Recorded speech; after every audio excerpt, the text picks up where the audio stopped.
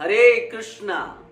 तो आज हम आपको एक बहुत ही स्पेशल सेल के बारे में बताने जा रहे हैं, भक्ति की सेल।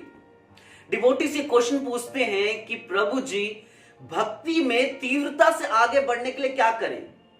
हम भक्ति में बहुत जल्दी आगे बढ़ना चाहते हैं, कुछ तरीका बताइए, कुछ उपाय बताइए उसका। तो आज हम एक ऐसे महत्वपूर्ण महीने के बारे में चर्चा करने जा रहे हैं, एक ऐसे महत्वपूर्ण मास के बारे में चर्चा करने जा रहे हैं जिसमें भक्ति बहुत ही तीव्रता से आगे बढ़ती है। ये जो महीना है इसे कार्तिक का महीना या फिर दामोदर मास कहा जाता है। भक्ति में तीव्रता से प्रगति करने का ये एक सुनहरा अवसर है, एक सुनहरा मौका है हमारे लिए। इस महीने में भक्ति ऑन डिस्काउंट मिलती है। तो आज हम आपसे ये चर्चा करेंगे कि क्यों कार्तिक का महीना इतना महान है, क्या क्या महिमा बताई गई है कार्तिक के महीने की शास्त्रों में, और भक्तों को राधा कृष्ण को प्रसन्न करने के लिए इस महीने में क्या क्या साधना करनी चाहिए ताकि वे भक्ति में और प्रगति करें, और कैसे हमें अधिक से अधिक भगवान की कृपा प्राप्त हो। तो सबसे पहले चर्चा करते हैं इस महीने के नामों पर। इस महीने को दामोदर मास कहा जाता है। दाम का मतलब होता है रस्सी और उदर का मतलब होता है पेट, क्योंकि इस महीने में यशोदा माता ने श्री कृष्ण को उनकी कमर पर रस्सी से उखल के साथ बांधा था, इसलिए इस महीने को दामोदर मास कहा जाता है। इसलिए यह महीना श्री कृष्ण को बहुत प्रिय है। लेकिन क्या ऐसा है जो इस महीने को बहुत ही स्पेशल बनाता है? इसके दूसरे नाम से हम समझ सकते हैं कार्तिक का महीना।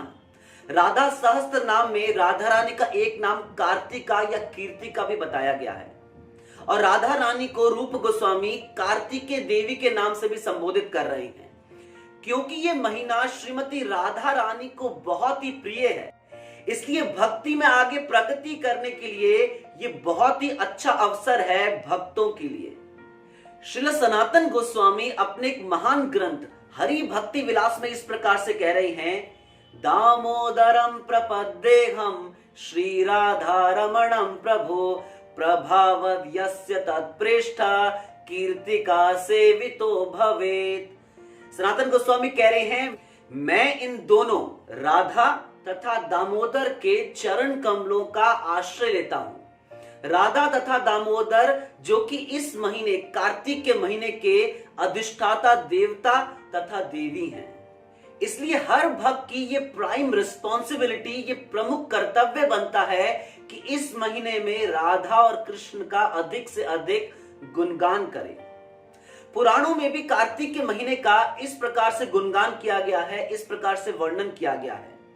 कह रहे हैं, ना कार्तिके समो मासा न कृतेन समं युगम न वेद सदृशं शास्त्रम न तीर्थम गंगया समम कार्तिके प्रवरो मास वैष्णवानां प्रिय सदा कार्तिकं सकलं यस्तु भक्त्या सेवित वैष्णवा। तो इसमें यह बताया जा रहा है कि कार्तिक मास के समान, कार्तिक के महीने के समान अन्य और कोई मास नहीं है। जैसा कि हमने भी चर्चा किया था, क्योंकि ये महीना राधा और कृष्ण को अति प्रिय है। हालांकि भगवान श्रीमद् भगवत गीता में कह रहे हैं, मासा नाम मार्गशीर्षोऽस्मि, कि सभी मासों में से, सभी महीनों में से मैं मार्गशीर्ष का महीना हूं। लेकिन क्योंकि ये महीना श्रीमती राधा रानी को भी अति प्रिय है, इसलिए ये जो महीना है बाकी सारे महीनों में से श्रेष्ठ बताया गया है। फिर उदाहरण दे रहे हैं पद्म पुराण में, कैसे श्रेष्ठ बताया गया है। जैसे चारों युगों में से सतयुग सबसे श्रेष्ठ था, क्योंकि इसमें धर्म की प्रधानता थी। धर्म के चारों अंग सत्य, दया, तपह और शौचम, ये चारों पूर्ण मात्रा में सतयुग में थे। जैसे बता रही है, तीर्थों में से गंगा जी को सबसे महान बताया गया है कि गंगा जी के समान अन्य और कोई तीर्थ नहीं है। जैसे शास्त्रों में वेदों को सबसे महान बताया गया है, विशेष रूप से वेदांत सूत्र और श्रीमद् भागवतम को सबसे प्रमुख बताया गया है, उसी प्रकार से सभी महीनों में से कार्तिक के महीने को सर्वश्रेष्ठ महीना बताया गया है। और बता रहे ये जो महीना है ये वैष्णवों को बहुत ही प्रिय है। वैष्णवा नाम प्रिय सदा, क्योंकि इस महीने में एक बहुत ही बम्पर सेल लगती है जिसमें हम भक्ति के कार्यों में बहुत ही तीव्रता से आगे बढ़ सकते हैं। और किस व्यक्ति को सेल पसंद नहीं है? तो जितने भी भक्त हैं इस अवसर का लाभ उठाते हैं भक्ति में आगे प्रगति करने के लिए। साथ ये बताया जा रहा है कि जो भी व्यक्ति इस महीने में राधा कृष्ण की सेवा करते हैं ऐसे व्यक्ति की सारी इच्छाएं पूर्ण हो जाती हैं। अगर किसी व्यक्ति के पितृगण किसी भी कारण से नरकों में यातनाएं क्यों नहीं सह रहे, वे नरकों की यातनाओं से निकलकर गोलोक वृंदावन चले जाते हैं। कार्तिक मास की महिमा का वर्णन करते हुए श्रील सनातन गोस्वामी पद्म पुराण से एक बहुत ही सुंदर कथा का वर्णन करते हैं।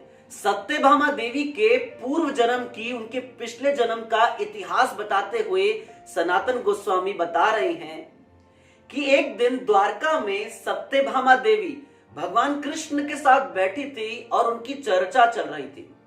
सत्यभामा देवी ने श्री कृष्ण को कहा कि प्रभु मेरी आपसे एक जिज्ञासा है, मैं आपसे ये जानना चाहती हूं कि मैं आपकी इतनी प्रियतम रानी कैसे बनी।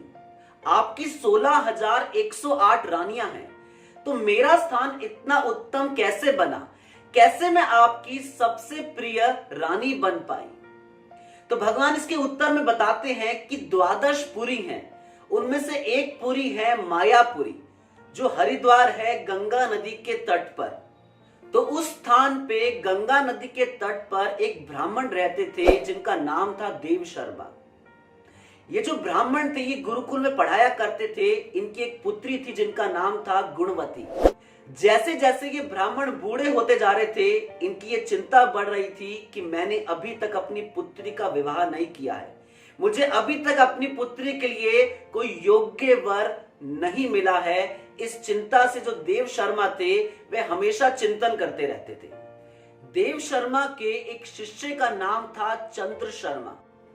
देव शर्मा ने अपनी पुत्री गुणवती का विवाह चंद्र शर्मा के साथ कर दिया और ये सभी हमेशा भक्ति में जुटे रहते थे।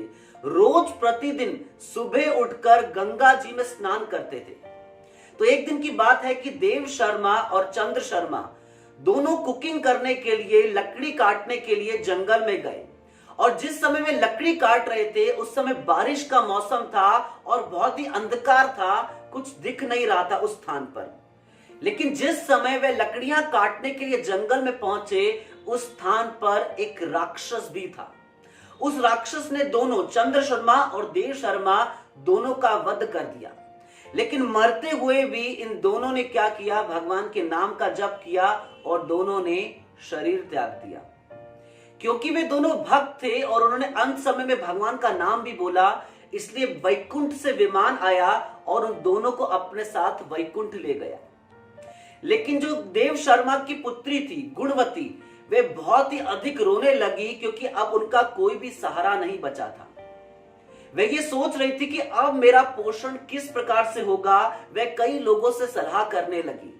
लेकिन उस समय गुणवती ने कार्तिक व्रत का सख्ती से पालन करने का निर्णय किया। प्रत्येक साल इसी प्रकार से संकल्प लेकर गुणवती कार्तिक व्रत का सख्ती से पालन करती थी। गंगा जी के ठंडे पानी में सुबह सुबह उठकर स्नान किया करती थी। ब्रह्म मुहूर्त के समय भगवान का नाम जप करना, मंगल आरती इत्यादि करना, तुलसी महारानी की सेवा करना, इस प्रकार से सख्ती से कार्तिक व्रत का पालन करने लगी गुणवती। तो सत्यभामा देवी जो पिछले जन्म में गुणवती थी, इस प्रकार से संकल्प लेकर हर वर्ष कार्तिक व्रत का पालन किया करती थी। प्रातः उठकर ठंडे पानी में स्नान किया करती थी। लेकिन अब वो वृद्ध होती जा रही थी, लेकिन उनका संकल्प जो था वो हर वर्ष की तरह अडिग रहता था। लेकिन एक वर्ष उनका स्वास्थ्य ठीक नहीं था, लेकिन क्योंकि उन्होंने संकल्प लिया था, वह ठंडे पानी में स्नान करके गंगा जी में जैसे ही बाहर आई, उनका पूरा शरीर कांपने लगा। वे मूर्छित हो गई और उनका देहांत हो गया।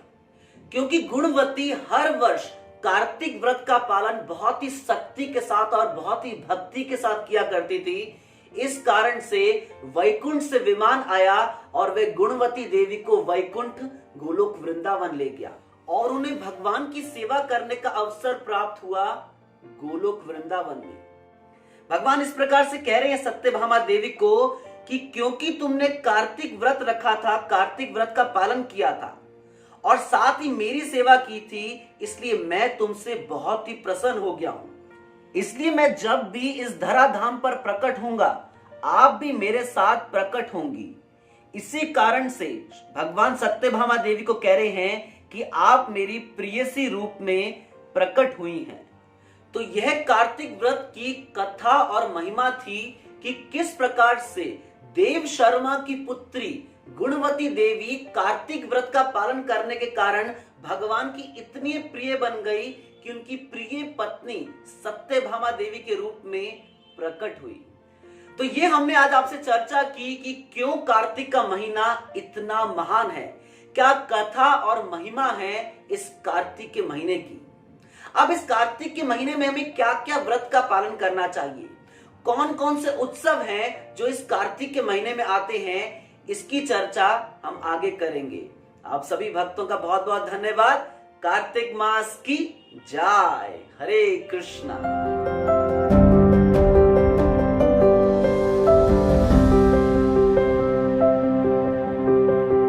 Subscribe now and press the bell icon. Never miss an update.